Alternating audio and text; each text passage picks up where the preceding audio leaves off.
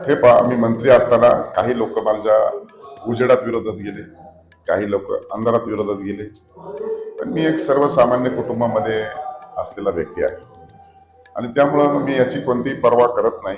मी माझ्या कामावर, कर्तृत्वावर माझा विश्वास आहे. आश्वासनं, प्रलोभनं, आमिष आणि काही मंजूर करू म्हणले. आता ती कोरी पाटी होती, त्यामुळे त्यांना त्यावेळेस काही बोलता येत होतं. आणि मतदारसंघामध्ये फक्त खेळपैठणीचा दहीहंडी, गाडी बैला शेरे, रोहित शर्मा, निवडणुकीच्या तोंडावरती स्टेडियम बांधू आणि मग असा हे निवडणुकीचा जुमला आणि एकंदरीत इव्हेंट कार्यक्रम गेल्या 5 वर्षामध्ये बघायला मिळाला. नमस्कार, मी अविनाश कराळे, नवराष्ट्र डिजिटलमध्ये आपलं सर्वांचं मनपूर्वक स्वागत. सध्या राज्यभर विधानसभा निवडणुकीचे पडघम जोरात वाजू लागले. कालच भारतीय जनता पार्टीने आपली उमेदवारांची अधिकृत यादी जाहीर केली. या यादीमध्ये अहिल्यानगर जिल्ह्यातील कर्जत जामखेड विधानसभा मतदारसंघामध्ये आज आम्ही आहोत. या मतदारसंघाचं 2009 आणि 2014 या सलग 2 पंचवार्षिक या मतदारसंघाचं प्रतिनिधित्व केलेले माजी मंत्री आमदार राम शिंदे यांच्यासोबत मी आमदार या सदराखाली आम्ही त्यांची चर्चा साधतोय. या चर्चेदरम्यान माझ्यासोबत आहेत दैनिक नवराष्ट्राचे विरोधी सन्माननीय सुहास देशपांडे सर. आज प्राध्यापक आमदार राम शिंदे सरांची या चर्चेदरम्यान काही प्रश्नांपर्यंत आपण एक गेम खेळत आहोत, काही मुलाखत आपण त्यांच्या दरम्यान घेत आहोत. सुहास सर. शिंदे साहेब, 2 वेळेस तुम्ही या मतदारसंघाचं प्रतिनिधित्व केलं. मधला 5 वर्षाचा गॅप म्हणजे विधानसभा म्हणून गॅप, विधान परिषदेवर तर तुम्ही आहातच, पण विधानसभा म्हणून जो काही गॅप झाला, ते जे मतदारसंघातलं जे काही नुकसान आहे, फायदा आहे, याच्यावर तुमचं काय मत? नाही, या मतदारसंघामध्ये आता मला भारतीय जनता पार्टीने 4थ्यांदा उमेदवारी दिलेली आहे. 2 वेळेस जिंकलो, 9ला जिंकलो, 14ला जिंकलो आणि 19ला मी हरलो. आता 24ला पुन्हा एकदा उमेदवारी दिली आहे. परंतु तिन्ही निवडणुकीमध्ये माझा मताधिक्य वाढत गेलं, परंतु माझा पराजय झाला. 19ला हे तपतील सत्य आहे. पण एकूणच या निवडणुकीमध्ये एक बलाढ्य राजकीय शक्तीने इथे आले आणि म्हणून त्यांचा राजकीय अनुभव आणि ती सगळ्या प्राप्त परिस्थितीमध्ये लोकांना दिलेली आश्वासनं, प्रलोभनं, आमिष आणि काही मंजूर करू म्हणले. आता ती कोरी पाटी होती, त्यामुळे त्यांना त्यावेळेस काही बोलता येत होतं. परंतु आता ज्यावेळेस 2024ला निवडणुकीला सामोरं जात आहोत आपण, त्यावेळेस मात्र त्यांनी 19ला केलेल्या घोषणा, दाखवलेली आमिष, दाखवलेली स्वप्न हे कुठंही आता बघायला, ऐकायला मिळत नाही. आणि म्हणूनसाठी सांगायचं झालं तर ते म्हणले कर्जत जामखेडची बारामती करू. बारामती करू म्हटले, त्यावेळेस त्यांनी सगळे लोक बारामती आग्रो आणि तिकडे लोक बघायला नेले, पण आता मात्र यावेळेस ते नेऊ शकले नाही. हा एक मुद्दा झाला. दुसरा मुद्दा असा आहे की त्यांनी 25,000 मुलांचा युवा मेळावा घेतला आणि नोकऱ्या देऊ म्हटले. एकाही मुलाला नोकरी लागली असं माझ्या पदयात्रेमध्ये संपूर्ण मतदारसंघामध्ये यात्रा काढली मी 2 महिने, त्याच्यात कुठेही ऐकायला मिळालं नाही. आणि मग कुकडीचं आवर्तन 3 वर्ष आलं नाही. आणि मतदारसंघामध्ये फक्त खेळपैठणीचा दहीहंडी, गाडी बैला शेरे, रोहित शर्मा, निवडणुकीच्या तोंडावरती स्टेडियम बांधू आणि असा हे निवडणुकीचा जुमला आणि एकंदरीत इव्हेंट कार्यक्रम गेल्या 5 वर्षामध्ये बघायला मिळाला. आणि म्हणून हा मतदारसंघ एक अनेक वर्षाचा आसुसलेला आहे, अनुशेष आहे. मला दुसऱ्याच टेन्युअरमध्ये मंत्रिपदाची संधी मिळाली. त्या संधीचं सोनं करत निश्चित स्वरूपामध्ये हे कर्जत आणि जामखेड तालुके हे टँकर फिट तालुके होते नगर जिल्ह्यातले. ते समोर टँकर बंद करण्यासाठी देवेंद्रजी फडणवीस मुख्यमंत्री असताना घेतलेला धोरणात्मक निर्णय आणि त्याची मी जलसंधारण मंत्री असताना प्रभावीपणे केलेली अंमलबजावणी, त्याचा परिणाम म्हणून गेल्या 5-6 वर्षामध्ये कर्जत जामखेडमध्ये टँकर लागत नाही.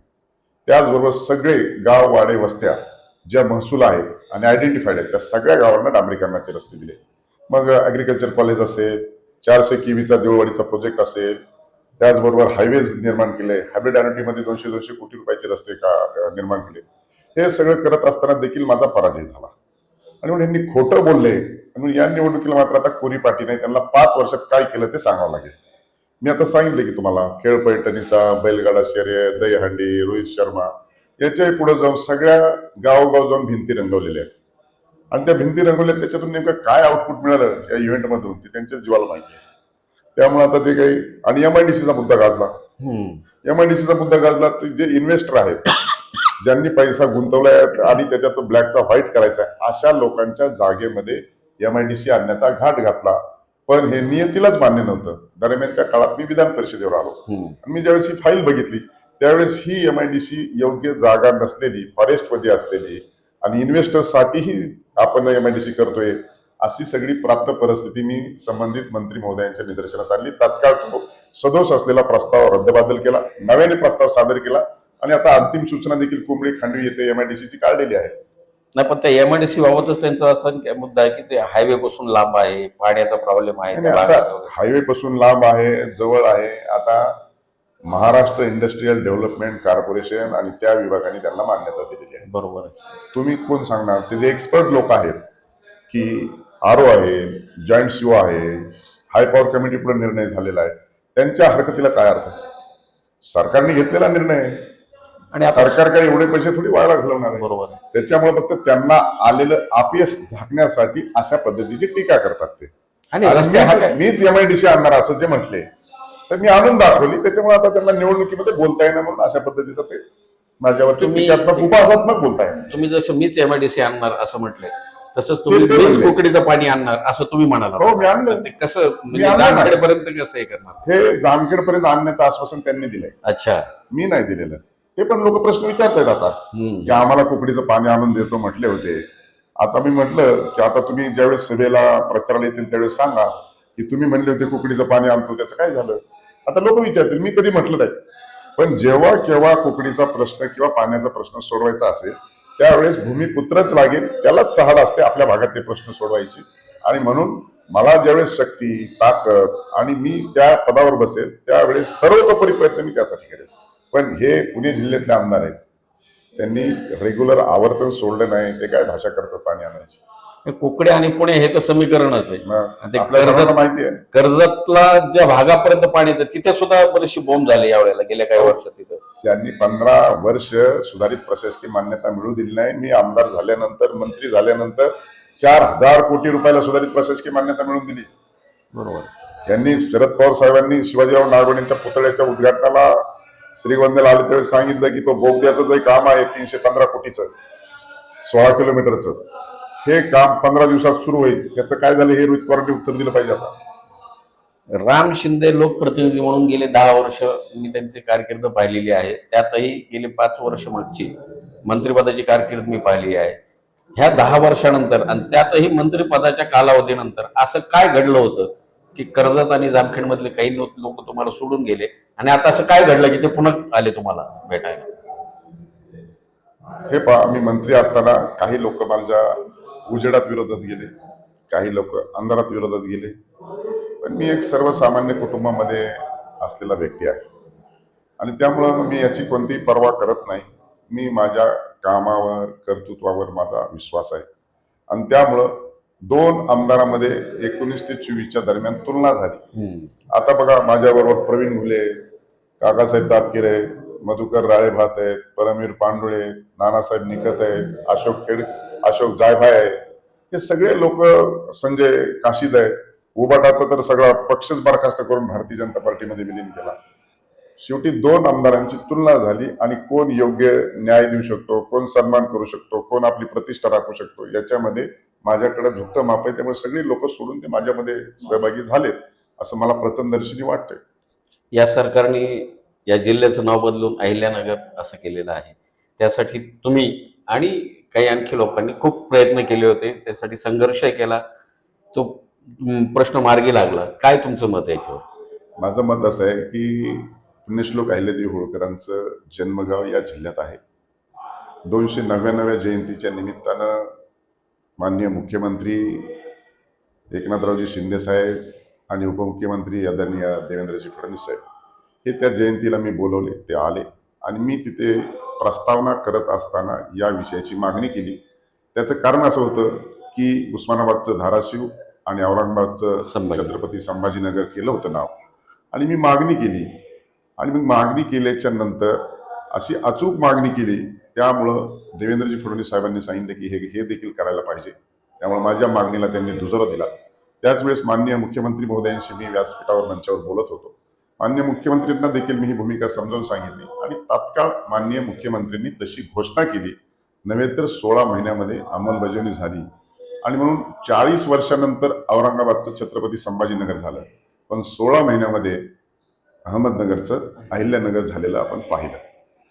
की राम शिंदेला योग्य वेळ योग्य वेळेला सुचणं आणि योग्य प्लॅटफॉर्मवर मांडणं हे याच्यातलं यमक आहे आणि गणित आहे. आणि त्यामुळं मला फेवर असलेलं अहिल्या देवीचं एवढं श्रेष्ठ काम आहे, संपूर्ण देशभरात काम आहे. आणि कोणीही कारकोळ किरकोळ जर विरोध सोडला तर त्या नावाला कोणीही विरोध केला नाही. शेवटच्या टप्प्यात जो विरोध झाला तो निवडणुकीसाठी प्रलोभन दाखवण्यासाठी केलेला तो केविलवाना प्रयत्न होता.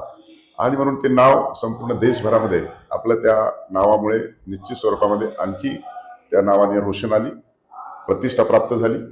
आणि म्हणून मी 16 महिन्यामध्ये हे करू शकलो, त्याची मागणी प्रस्तावाने मी केली.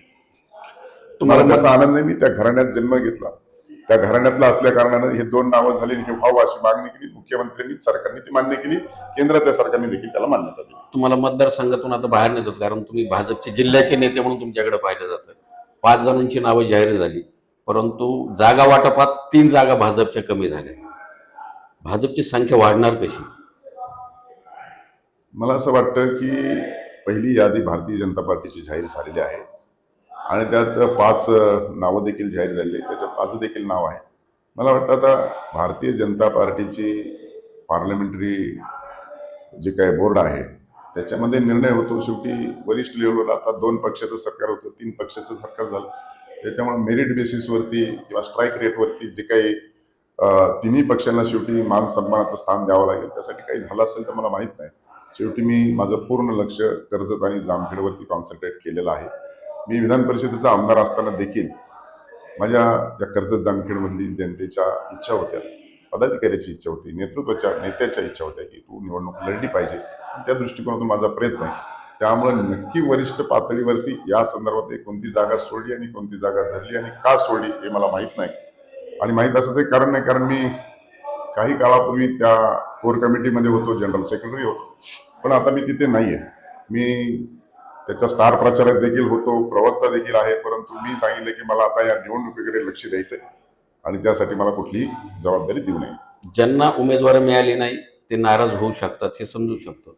पण ज्यांच्या घरात उमेदवारी मिळाली ते सुद्धा नाराज आहेत. आज मुंबईला जाऊन बसलेत उमेदवारी बदला म्हणून बबनराव पाचपुते. हो, मी पण आता कार्यकर्त्याच्या माध्यमातून ऐकलं. मला वाटतं उमेदवारी आता भारतीय जनता पार्टीचे उमेदवारी मिळणं हे इतर पक्षापेक्षा एक वेगळा प्रकार आहे. जिथपर्यंत मी भारतीय जनता पार्टी समजलो आहे, मला माहिती आहे की भारतीय जनता पार्टीमध्ये टीम वर्क हे काम चालतं. त्याच्यामुळे वेगवेगळ्या पॅरामीटर्सवरती तिकीट हे अंतिम होत असतं. आणि म्हणून त्यांच्या घरामध्ये मला असं वाटतं की 4ही जणांचं नाव त्याच्यात चर्चेला होतं. आणि चर्चेला नाव असताना पार्लमेंटरी बोर्डासमोर ज्याला जास्त इलेक्टिव्ह मेरिट आहे त्याचं नाव जाहीर झालं असण्याची शक्यता आहे. परंतु कदाचित त्यांच्या कुटुंबामध्ये वेगळा निर्णय झाला असेल म्हणून तिथं बिगले असतील भेटायला. पण तुम्ही म्हणताय म्हणून म्हणतो मी, कदाचित ते म्हणले असतील की आम्हाला तिकीट दिलं त्याच्याबद्दल आभारही मानायचे. तुमच्या घरात प्रतिभाताईंना तिकीट दिलं त्यामुळे आभारही मानाय गेले असतील. तुमची उमेदवारी घोषित झाली, तुमचं अभिनंदन. परंतु त्याचबरोबर 2009 आणि 2014ला जी परिस्थिती होती ती परिस्थिती गेल्या काही दिवसातल्या घडामोडीमुळे पुन्हा तशीच राहील, तशीच झाली असं खात्री आहे तुम्हाला? पुढे इथं कर्जत जामखेडमध्ये ते बघा, निवडणूक ही निवडणूक असते. प्रत्येक निवडणूक ही वेगळी असते आणि त्या दृष्टिकोनातून मी माझा जो काही लोकांच्या मध्ये आणि माझ्यामध्ये जे काही मी दुसऱ्यांदाच निवडून आलो, राज्यामध्ये मंत्री झालो. कर्जत जामखेडचा मी दुसरा, महाराष्ट्र निर्माण झाल्यानंतर दुसरा माणूस मंत्री आहे. आबासाहेब निंबाळकर होते, ते राज्यमंत्री होते, पण मी एकाच टेन्युअरमध्ये राज्यमंत्री देखील राहिलो आणि कॅबिनेट मंत्री देखील झालो. या मतदारसंघात महाराष्ट्राच्या निर्मितीनंतर मी पहिला कॅबिनेट मंत्री आहे. आणि आपल्या जिल्ह्यात, आमच्या दक्षिणेतला किंवा मला वाटतं कदाचित जिल्ह्यातला देखील 5 वर्ष कंटिन्यू पालकमंत्री राहणारा मी पहिला मंत्री आहे. त्यामुळं साहजिकच माझा काही राजकीय वारसा नसल्यामुळं माझी आणि सामान्य जनतेची जरा दुरावा निर्माण झाला, संपर्क कमी झाला आणि त्याचं प्रायश्चित्त मला 2019च्या निवडणुकीमध्ये मिळालं. म्हणून मी गेल्या 5 वर्षात लोकांशी सलोख आहे, लोकांशी जवळीक साधतोय, लोकांचे प्रश्न समजून घेतोय. आणि तुम्ही पाहिलं असेल की अनेक ग्रामपंचायती मीच जिंकल्या. दोन्ही मार्केट कमिटीमध्ये भारतीय जनता पार्टी माझ्याच नेतृत्वामध्ये दोन्ही मार्केट कमिटी जिंकल्या. रोहित पवारांकडे सांगायला काहीच नाहीये, फक्त सोशल मीडियावरती बवाल करणं आणि खोटं बोलणं. कालचंच एक उदाहरण सांगायचं झालं तर त्यांनी सांगितलं 4820 विहिरी मी मंजूर केल्या, पण त्यांच्या हे लक्षात नाही की 2019 ते 2022च्या काळात 3 वर्षात फक्त 108 विहिरी त्यांनी मंजूर केल्या आणि त्याच्यानंतर राहिलेल्या 4712 विहिरी ह्या महायुतीच्या काळात मंजूर झाल्या. अशा पद्धतीने ते खोटं बोलतात. आता सांगितलं 38 बंधाऱ्यासाठी मी 62 कोटी रुपये दिले, असं सोशल मीडियावर त्यांची पोस्ट केली. असं खोटं बोलून काही होणार नाही. मी राज्याचा जलसंधारण मंत्री होतो आणि आता कावेरी गोदावरी लवादामध्ये कुठंही बंधाऱ्याला 5 MCFTच्या पुढे बंधारा बांधायला अलाउड नाहीये. अशा स्थितीमध्ये ते एवढं खोटं बोलतात की आता हे लोकांनी ओळखलेलं आहे. त्याच्यामुळं आता ही परिस्थिती वेगळी आहे. आता घोडं आणि मैदान मला पार्टीने मैदानात उतरवले. जनतेचा आशीर्वाद मिळवण्यासाठी मी तयार आहे. त्याच्यामुळे तर बघू काय होतं. नवराष्ट्राच्या वतीनं तुम्हाला खूप खूप शुभेच्छा. धन्यवाद. अल्प सूचनेनंतर तुम्ही इथं आलात, आम्हाला मुलाखत दिली. आभारी आहे.